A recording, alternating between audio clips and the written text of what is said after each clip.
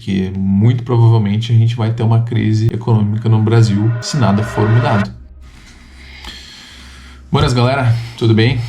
Bom, o assunto do vídeo de hoje é um tema sério que eu tenho acompanhado nas últimas semanas. Como economista, eu resolvi aqui compartilhar com vocês os meus pontos de vista de por que eu acho que a gente vai ter uma crise econômica aqui no Brasil daqui a alguns anos. Cara, são tantos fatores, tantas coisas acontecendo aqui no país. A minha análise, realmente, ela pode mudar da noite pro dia também. Por que eu decidi gravar esse vídeo? Recentemente, nessas últimas semanas, o Brasil tem travado uma batalha muito forte com os Estados Unidos. Mas aí é muito mais por questão de viés político, que na minha opinião eu concordo muito com o que está acontecendo. Querendo, não basta com relação a essa ditadura que estão fazendo aqui no nosso país, mas não vem ao caso agora. Eu comecei a analisar essas taxações que vão começar a acontecer no Brasil se nada for mudado. E tem dados muito interessantes aqui que me deixam com o pé atrás com relação à economia brasileira daqui para frente. É por isso que eu tô falando aqui para vocês que muito provavelmente a gente vai ter uma crise econômica no Brasil se nada for mudado. Vamos lá, beleza. A gente está nessa guerra comercial, essa guerra tarifária com os Estados Unidos, principalmente puxada por uma visão ideológica e política. Mas tirando isso, como que a gente vai ser afetado diretamente na mudança dos preços de várias coisas, de vários alimentos, de vários serviços, vários produtos no geral? Muita coisa vai acabar aumentando aqui no Brasil. Isso vai fazer com que tudo tenha um preço diferente, um preço mais elevado. E, querendo ou não, a nossa moeda, a nossa política monetária não vai conseguir acompanhar tão bem isso, fazendo com que a gente tenha uma inflação mais elevada, né? Uma percepção de diminuição do nosso poder de compra perante a nossa própria moeda. Um outro fator que eu estou vendo muito forte aqui no Brasil e que muitos economistas também comentam é que quando a gente tem um conflito com os Estados Unidos, por exemplo, a maior economia mundial, o Brasil como um país emergente, para quem investe aqui no Brasil, começa a ter muito mais receio da nossa economia do que a da economia dos Estados Unidos, entende? Então, a gente estava passando por um momento bem interessante de entradas de capital estrangeiro aqui no país. O que possivelmente a gente vai começar a acompanhar agora é saídas massivas de capital estrangeiro aqui do país. Estou falando que são dólar e euro, principalmente. Fazendo tudo com que tanto a moeda americana, o dólar, acaba aumentando novamente, da mesma forma que o euro, por exemplo. Isso também acaba sendo um outro fator. Por quê? O investidor, ele não quer ficar correndo risco à toa. Ele prefere procurar mercados na qual ele consiga ter uma boa relação de risco-retorno para que ele consiga também rentabilizar melhor o capital dele. O segundo fator é a nossa política, que ela está completamente destruída, está muito fragilizada. A gente percebe, olhando nos jornais e até nos discursos que o presidente Lula vem fazendo, que as coisas estão muito divididas dentro dos poderes legislativo, executivo, judiciário, dos poderes políticos. Cara, tá uma bagunça. Eu confesso que eu tô curioso para saber como que vai ser 2026 com relação às eleições. Eu já sei que vai ser um ano bem conturbado. E aquela famosa mágica que acontece no último ano, né, de presidência, acabam injetando muito dinheiro na nossa economia, fazendo com que eles provem pra gente que estão dando resultado. Isso acaba ferrando também o próximo presidente que for assumir. Deus queira que não seja o Lula. Mas tu entende que tu acabar injetando muito dinheiro na economia tão rápido assim, lá na frente isso traz custos, que esses gastos que num geral já estão muito altos aqui no Brasil, a gente está tentando frear isso, mas não está conseguindo. E o governo vai querer injetar mais dinheiro no ano que vem, que vai querer gastar mais. Poxa, a gente tem um ministro da Fazenda que ele está toda hora convergindo com as decisões do Banco Central, principalmente com o presidente Galípolo, que na minha opinião ele está acertando muito bem todas as decisões dele, todas com embasamentos. Novamente, a gente tem um ministro da Fazenda que ele não entende de economia. Ele não entende de economia. Eu não sei o que diabos ele está fazendo lá, sabe? Agora eu vi hoje de manhã que vão querer começar a taxar o Pix em 1%. Vou mandar ali para vocês depois das notícias. Cara, até onde que eles vão ficar procurando aonde taxar a gente para conseguir cobrir esses rombos, porque o Brasil ele já está com um rombo gigantesco desde que o presidente Lula começou a assumir. E agora eles estão tendo que tapar esse buraco de forma anualmente. Cara, não tem segredo. Vai dar ruim.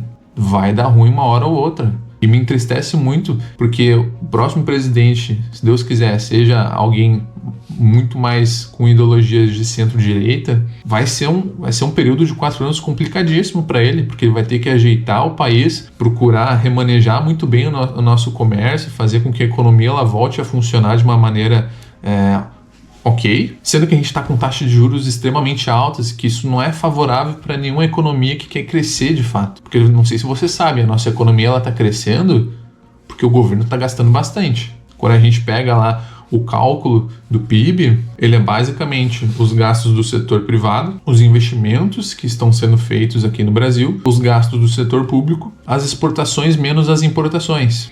Uma matéria que eu li essa semana também, pensando nesse aumento de taxa de juros que eu não duvidaria de acontecer daqui para frente, mas eu li uma matéria que também me deixou cada vez mais preocupado com relação a essa taxa de juros atual de 15%, é que aumentou muito o pedido de recuperação judicial no setor do agro. Cara, esses setores em si, esses dois, do agronegócio e de pecuária, são setores que eles são muito estimulados a pegar empréstimos, financiamentos.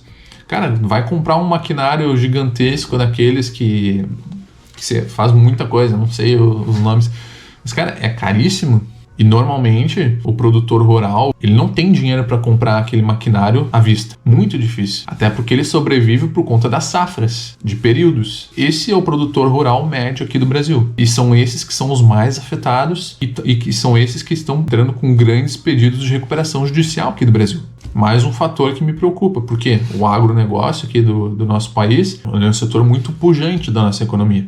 Tá bem? Para finalizar aqui, vou passar para vocês um pouco dos dados de importação e exportação do mercado americano e do mercado brasileiro. Quão dependente a gente é, como que está essa situação? Está parecida com relação à nossa balança comercial, por exemplo. Tá? Então, o que eu vou falar aqui para vocês não foi nada tirado da minha cabeça, foi justamente pesquisando e entrando em diversos sites para entender realmente como que está a balança comercial brasileira com relação aos Estados Unidos e de que forma a gente vai ser afetado ou também de que forma os Estados Unidos vai ser afetado. Olha só, desde 2015 o Brasil ele importou muito mais dos Estados Unidos do que exportou. No ano de 2024 a gente ficou bem parecidos na nossa balança comercial, mas a gente teve um pouco a mais de importação do que exportação, e se a gente for traduzir isso para valores monetários, isso dá muitos milhões a mais ali que o Brasil acabou importando, ou seja, dando dinheiro para os Estados Unidos e não o contrário. Os Estados Unidos ele era o principal parceiro comercial do Brasil e foi ultrapassado pela China em 2009. Hoje os Estados Unidos é o segundo principal parceiro comercial do Brasil. 12% das exportações brasileiras tiveram destino para os Estados Unidos. E a última vez que o Brasil foi um dos principais parceiros comerciais dos Estados Unidos para importação foi em 2017. Em 2024, o Brasil ele importou 15% bens e serviços dos Estados Unidos. Quando a gente foca no fator exportação, o principal produto exportado pelo Brasil para os Estados Unidos é petróleo. Foram 5,8 bilhões de dólares. Em segundo lugar, a gente tem produtos semi-manufaturados, que seriam basicamente de ferro, aço, que também é uma coisa que a gente acaba sendo muito forte aqui no Brasil. Em terceiro lugar, a gente teve a venda de aeronaves, aviões para os Estados Unidos. E uma novidade no ano de 2024 foi que entrou no top 10 a questão da carne bovina congelada. Quando a gente olha no fator importação, aí as coisas começam a ficar um pouco mais interessantes. O produto mais vendido pelos americanos para o Brasil em 2024 foram turborreatores. O que são turborreatores? Nem eu sei, eu tive que pesquisar para entender o que seria isso. São basicamente motores a jatos que são utilizados na maioria de várias aeronaves que a gente produz aqui no Brasil. Ali em sétimo lugar a gente tem a importação de hulhas, que nada mais nada menos é um carvão melhorado, na qual ele tem muito mais carbono aqui, e a gente acaba utilizando ele como se fosse uma complementação na questão de combustíveis, para que a gente consiga melhorar cada vez mais eles. Oitavo lugar, a gente teve bastante também importação de medicamentos, inseticidas, fungicidas e herbicidas. sangue humano e animal em 10º lugar. Quando a gente olha para todos esses fatores de importação, a gente percebe que para a gente produzir os nossos bens de exportação, a gente precisa de muita coisa que a gente acaba comprando dos Estados Unidos. Então tudo vai ficar mais caro para a gente produzir e repassar para outros países também. E vai dificultar um pouco a nossa entrada em novos mercados, em novos comércios, caso a gente queira sair dos Estados Unidos, por exemplo. Olha, tá muito complicada a situação, tá muito frágil, né, a situação que a gente se encontra economicamente falando. E me digam ali a opinião de vocês também sobre o que vocês estão analisando sobre a economia aqui do Brasil, a política também. Quero entender melhor e a gente poder bater esse papo juntos ali nos comentários aqui embaixo, tá bom? Tá dada a minha opinião, meu ponto de vista, espero que vocês tenham gostado, a gente se vê numa próxima. Valeu, galera, até mais.